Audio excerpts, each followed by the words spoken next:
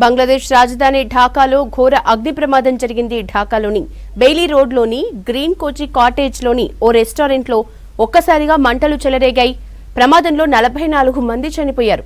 మరో 40 మందికి పైగా తీవ్రంగా గాయపడ్డారు. 75 మందిని రక్షించారు అగ్నిమాపక సిబ్బంది.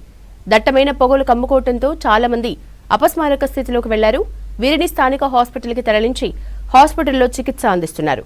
గ్యాస్ సిలిండర్ పేలటం వల్లే మంటలు చెలరేగినట్లు తెలుస్తోంది.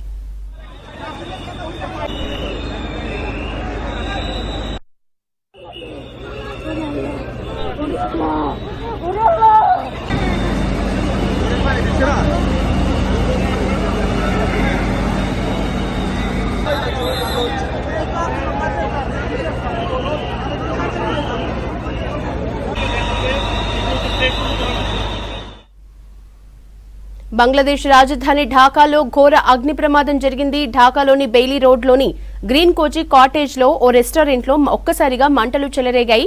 ఈ ప్రమాదంలో 44 మంది చనిపోయారు. మరో 40 మందికి పైగా తీవ్రంగా గాయపడ్డారు.